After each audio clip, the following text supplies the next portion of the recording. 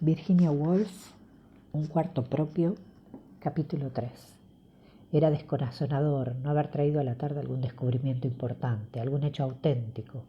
Las mujeres son más pobres que los hombres por tal o cual razón. Ahora, tal vez sea lo mejor dejar de buscar la verdad y de recibir en la cabeza una avalancha de opiniones calientes como lava y descoloridas como agua servida.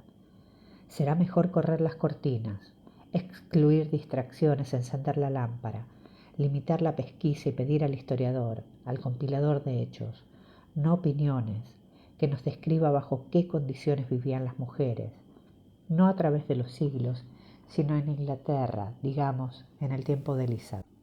Porque es un problema perenne que ninguna mujer escribiera una palabra de esa extraordinaria literatura, cuando casi todos los hombres, parece, eran capaces de una canción o un soneto.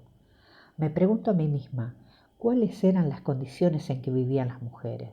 Porque la novela, es decir, el trabajo imaginativo, no se desprende como un guijarro como puede suceder con la ciencia. La novela es como una telaraña ligada muy sutilmente, pero al fin ligada a la vida por los cuatro costados. A veces apenas se percibe la ligadura. Las obras de Shakespeare, por ejemplo, parecen suspendidas por sí, completas y autónomas. Pero basta tirar de la telaraña en los bordes o desgarrar el centro para recordar que esas telas no han sido tejidas en el aire por seres incorpóreos, sino que son el trabajo de criaturas dolientes y que están ligadas a cosas burdamente materiales, como la salud y el dinero y las casas en que vivimos. Fui por consiguiente al estante de los libros de historia y tomé uno de los más modernos, la historia de Inglaterra del profesor Trevelyan. De nuevo busqué mujeres, encontré posición D y llegué a las páginas señaladas. Golpear a la esposa, leí, era un derecho reconocido por el hombre y era ejercido sin recato por humildes y poderosos. Asimismo, prosigue el historiador, la hija que rehusaba casarse con el caballero elegido por sus padres se hacía acreedora a que la encerraran, la golpearan y la tiraran por el suelo, sin que la opinión pública se conmoviera. El casamiento no era un asunto de afecto personal, sino de avaricia familiar, especialmente en las caballerescas clases altas. El compromiso solía tener lugar cuando apenas habían salido del cuidado de sus niñeras. Eso era hacia 1470, poco después del tiempo de Chaucer. La referencia subsiguiente a la posición de las mujeres ocurre unos 200 años después, en tiempos de los Estuardos. Abre comillas. Era excepcional que las mujeres de la clase alta o media eligieran a sus maridos, y una vez elegido era dueño y señor, al menos, ley y costumbres lo consagraban. Sin embargo, concluye el profesor Trevelyan, ni a las mujeres de Shakespeare, ni a las memorias auténticas del siglo XVII como las de Bernay y las Hutchinson les falta personalidad y carácter. Cierra comillas. Considerándolo bien, Cleopatra debe haber conseguido lo que quería. Lady Macbeth, me imagino, debe haber sido bastante voluntariosa. Yo me atrevería a afirmar que Rosalinda era una muchacha atrayente. El profesor Trevelyan no dice más que la verdad al observar que las mujeres de Shakespeare no carecen ni de personalidad ni de carácter. No siendo un historiador es posible ir más lejos y aseverar que las mujeres han ardido como faros en la obra de todos los poetas desde el principio del tiempo. Clitemnestra, Antígona, Cleopatra, Lady Macbeth, Fedra, Cressida, Rosalinda, Desdémona, la duquesa de Malfi, entre los dramaturgos, luego entre los prosistas, Millamán, Clarissa, Becky Sharp, Ana Karenina, Emma Bovary, Madame de Guernantes. Los nombres vienen a la memoria y no para recordar mujeres carentes de personalidad y carácter. En verdad, si la mujer no tuviera más existencia que la revelada por las novelas que los hombres escriben, uno se la imaginaría como un ser de la mayor importancia, muy cambiante, heroica y mezquina, espléndida y sórdida, infinitamente hermosa y horrible en extremo, tan grande como un hombre, tal vez mayor. Pero esto es en la novela. En realidad, como nos lo señala el profesor Trevelyan, la encerraban con llave, la castigaban y la tiraban por el suelo. De eso resulta un ser mixto y rarísimo, imaginativamente de la mayor importancia, prácticamente del todo insignificante. La poesía está toda impregnada de ella desde el principio hasta el fin, de la historia está casi ausente. En la novela domina la vida de los reyes y conquistadores. En la realidad es la esclava de cualquier muchacho obligado por sus padres a ponerle un anillo en el dedo.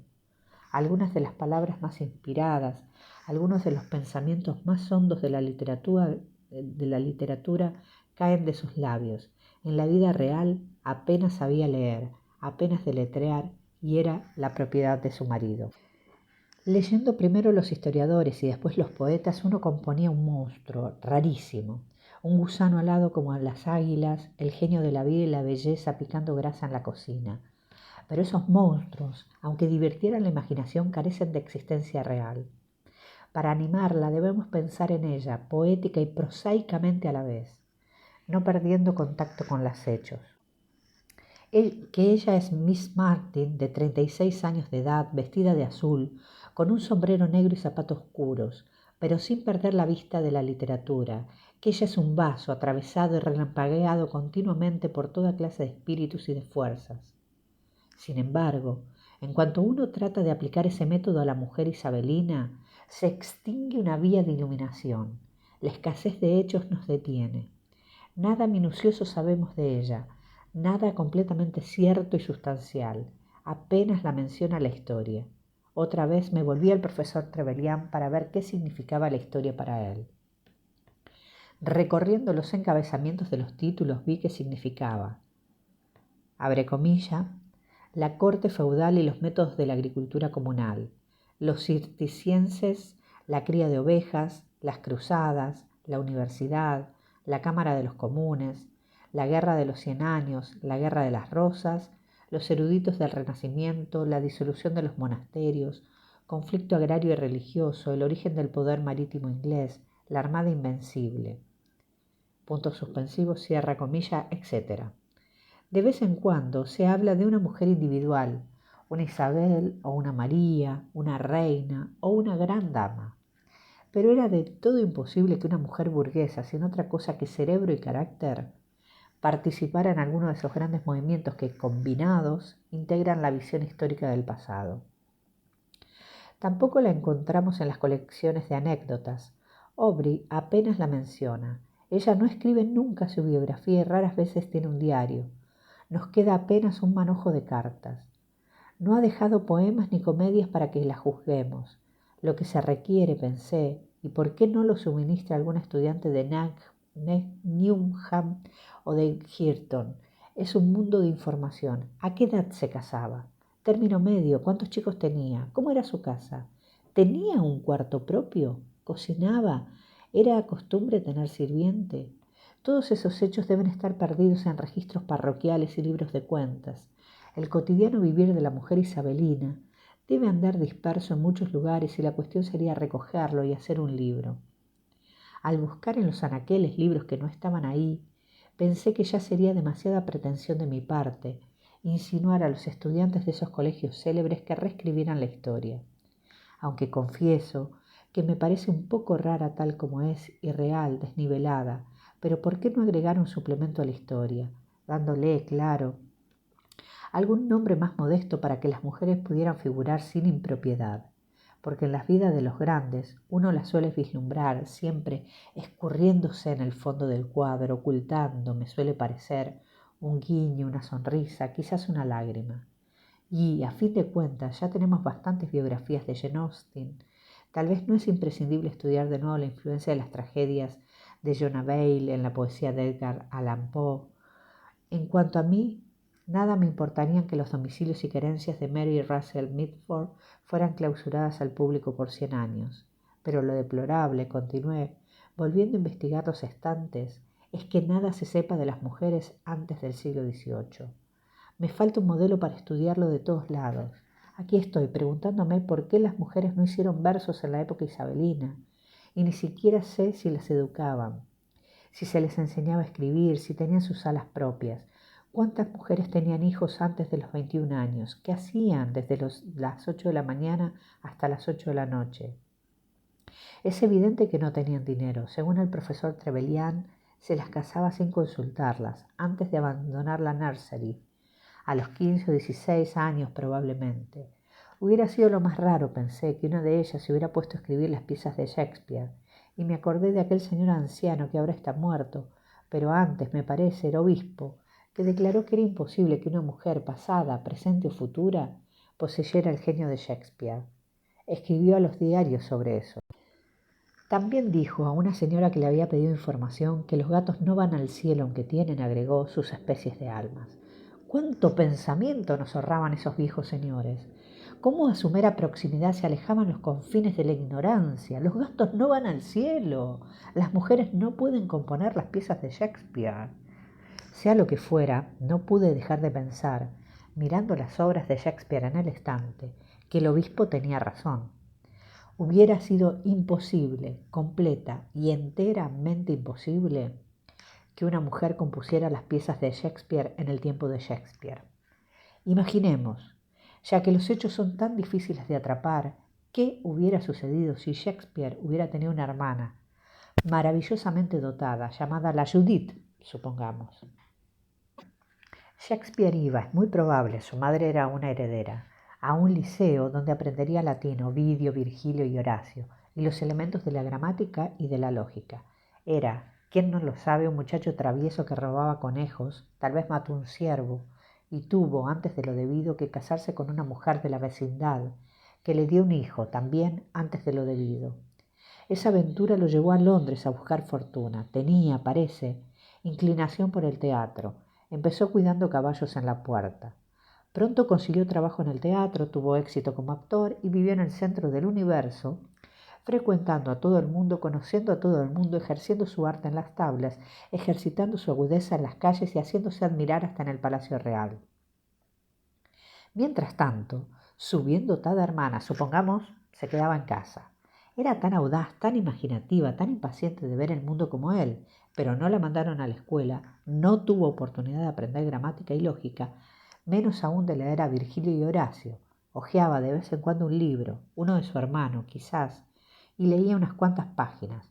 Pero entonces venían los padres y le decían que fuera a surcir las medias o atendiera el guiso y no malgastara su tiempo con libros y papeles. Le hablarían, claro, pero bondadosamente, porque eran personas de peso que sabían las condiciones de vida propias de una mujer y querían a su hija. En verdad, lo más verosímil es que la adorara su padre. Quizá garabateó algunas páginas escondidas en el desván de las manzanas, pero tuvo buen cuidado de esconderlas o prenderles fuego. Sin embargo, antes de los 20 años decidieron comprometerla con el hijo de un vecino clasificador de lana. Dijo a gritos que odiaba el matrimonio, y su padre la azotó severamente. Entonces dejó de reñirla. Le rogó que no lo disgustara y no lo avergonzara en aquel asunto del casamiento. Le daría un collar de cuentas y una linda enagua, le dijo, y tenía lágrimas en los ojos. ¿Cómo desobedecerlo? ¿Cómo partirle el corazón? La fuerza de su vocación le impulsó. Hizo un atadito de sus cosas. Se deshizo una noche de verano por una cuerda y tomó el camino de Londres. No había cumplido aún 17. Los pájaros que cantaban en los cercos no eran más musicales. Tenía la más pronta imaginación, un don como su hermano para la música de las palabras. Como él, tenía inclinación al teatro. Se paró en la puerta del teatro, dijo que quería representar. Los hombres se le rieron en la cara. El empresario, un hombre gordo de labio caído, soltó una carcajada. Rezongó algo sobre perros bailando y mujeres representando. No hay mujer, dijo, que pueda ser una actriz. Insinuó lo que ustedes imaginan. Ella no tenía dónde aprender. ¿Podía acaso buscar su comida en una taberna o rondar las calles a medianoche? Sin embargo, su inclinación era novelística y quería aumentarse infinitamente de vidas de hombres y de mujeres y del estudio de sus modos de ser. Al fin, porque era muy joven, muy parecida de rostro a Shakespeare el poeta, con los mismos ojos grises y las cejas arqueadas, al fin, Nick Green, el empresario, se apiadó de ella. Un buen día se encontró encinta y entonces, ¿quién medirá el calor y la violencia de un corazón de poeta arraigado y envuelto en el cuerpo de una mujer? Se mató una noche de invierno y yace enterrada en alguna encrucijada donde ahora se detienen los ómnibus frente al elefante y la torre. Así, más o menos, hubiera sido la historia. Me parece, si una mujer en tiempos de Shakespeare hubiera tenido el genio de Shakespeare, porque el genio de Shakespeare no nace de gente de trabajo, ineducada y servil. No nació en Inglaterra entre sajones y los britanos. No nace hoy entre la clase obrera. ¿Cómo entonces pudo haber nacido entre mujeres cuyo trabajo empezaba, según el profesor Trevelyan, casi antes de abandonar la nursery y al que estaban forzadas por sus padres y por todo el poder de la ley y el hábito? Sin embargo, alguna especie de genio debe haber existido entre las mujeres y debe haber existido entre las clases trabajadoras. De vez en cuando luce una Emily Bront, un Robert Burns y prueban su presencia, pero sin duda nunca llegó al estampo. Cada vez que una lee de una bruja tirada al agua, de una mujer poseída por los demonios, de una curandera vendiendo hierbas, y aún de la madre de un hombre célebre, pienso que estamos en la pista de un novelista, un poeta abortado, o una Jane Austen muda y sin gloria, una Emily Bront rompiéndose los sésamos en el páramo, recorriendo con desolación los caminos, trastornada por la tortura de su jefe. Me atrevo a adivinar que Anónimo, que escribió tantos poemas sin firmarlos, era a menudo una mujer. Fue una mujer, me parece, que Edward Fitzgerald lo sugirió, la que compuso las baladas y canciones populares canturreándolas con sus hijos, distrayendo su labor o las largas noches de invierno. Esto puede ser falso o verdadero, ¿quién lo resolverá? Pero lo que tiene de verdadero, me pareció, revisando la historia de la hermana de Shakespeare, como ya lo hice, es que una mujer nacida con un gran talento en el siglo XVI se hubiera enloquecido, se hubiera tirado a un balazo, o hubiera acabado sus días en una choza solitaria, fuera de la aldea, medio bruja, medio hechicera, burlada y temida. Porque no se precisa mucha habilidad psicológica para saber que una muchacha de altos dones que hubiera intentado aplicarlos a la poesía hubiera sido tan frustrada e impedida por el prójimo, tan torturada y desgarrada por sus propios instintos contradictorios, que debía perder su salud y su cordura. Ninguna muchacha pudo haber caminado hasta Londres y esperar en las puertas de los teatros y abrirse camino hasta el empresario sin hacerse violencia y sufrir una angustia quizás irracional, porque la castidad puede muy bien ser un fetiche inventado por ciertas sociedades por razones desconocidas, pero no por eso menos inevitable. Entonces, y aún ahora, la castidad tiene una importancia religiosa en la vida de una mujer, y se ha compenetrado de tal modo con instintos y nervios que desligarla y sacarla a la luz del día exige un valor de los más raros. Vivir una vida libre en Londres en el siglo XVI tiene que haber significado para una mujer que era también un poeta y un dramaturgo una tensión nerviosa y un dilema que bien pudieron matarla. Si hubiera sobrevivido, todo lo escrito por ella hubiera sido retorcido y deforme, fruto de una forzada y mórbida imaginación, e indudablemente pensé, mirando el estante donde no hay dramas por mujeres, su obra hubiera salido sin firma. Seguramente hubiera buscado ese refugio. Un resto del sentido de castidad dictó el Anónimo a las mujeres aún en el siglo XIX. Currer Bell, George Eliot, George Sand, víctimas todas de discordia interior como sus escritos lo prueban, quisieron ineficazmente velarse bajo un nombre viril. Así rindieron homenaje a la convención tan abundantemente fomentada por el otro sexo. La gloria principal de una mujer es que no hablen de ella, dijo Pericles, hombre de quien todos hablaban, de que la publicidad de las mujeres es detestable. Tienen la anonimia en la sangre. Todavía las domina el deseo de estar veladas. Tampoco ahora les preocupa tanto la salud de su fama como a los hombres, y hablando en general pueden pasar por una lápida o un poste sin sentir un deseo irresistible de grabar sus nombres en ellos. Como Tito, Coco, Nacho tienen que hacerlo, de acuerdo con su instinto que les insinúa si ven pasar una mujer hermosa o hasta un perro, c'est chien et à moi. Y por supuesto, no ser un perro, pensé, recordando Parliament Square, la Sieges y otras avenidas, puede ser un trozo de tierra o un hombre de pelo negro, crespo. Una de las grandes ventajas de ser mujer es que uno puede cruzarse con una hermosa negra sin desear convertirla en una inglesa. Aquella mujer, pues, que nació con el don de la poesía en el siglo XVI, Era una mujer desdichada, una mujer en lucha consigo misma. Todas las condiciones de su vida, todos sus propios instintos eran hostiles al estado mental necesario para libertar el contenido de su cerebro. Pero ¿cuál será el estado mental más propicio al acto de creación?, pregunté. ¿Es posible alcanzar una justa noción del estado que permite y amplía esa actividad extraña? Aquí abrí el volumen que encierra las tragedias de Shakespeare. ¿Cuál era, por ejemplo, el estado mental de Shakespeare cuando escribió Lear y Antonio y Cleopatra? Era, es evidente, el estado mental más favorable a la poesía que jamás ha existido. Pero el mismo Shakespeare no nos dice nada de eso. Solo lo sabemos de paso y por casualidad que nunca tachó una línea, nunca dijo nada el artista sobre su propio estado mental hasta el siglo XVIII. El primero tiene que haber sido Rousseau. Sea lo que fuera, en el siglo XIX se había desarrollado tanto la conciencia propia que era costumbre que los hombres de letra describieran sus mentes en autobiografías y confesiones. También les consagraron biografías y a su muerte se daban a la estampa sus cartas. Así, aunque no sabemos lo que experimentó Shakespeare al escribir Rey Lear, sabemos lo que experimentó Carlyle cuando escribió La Revolución Francesa, lo que experimentó Flaubert cuando escribió Madame Bovary, lo que padeció Keats al tratar de escribir poesías contra la llegada de la muerte y la indiferencia del mundo. Y uno deduce de esta enorme literatura moderna de confesión y de autoanálisis que escribir una obra de genio es casi siempre una proeza de prodigiosa dificultad. Todo contradice la posibilidad de que nazca completa en la mente del escritor. Generalmente las circunstancias materiales están en contra. Los perros ladran, la gente interrumpe, hay que hacer dinero, la salud se quebranta. Además, acentuando todas esas dificultades y haciéndolas más insoportables, está la indiferencia notoria del mundo.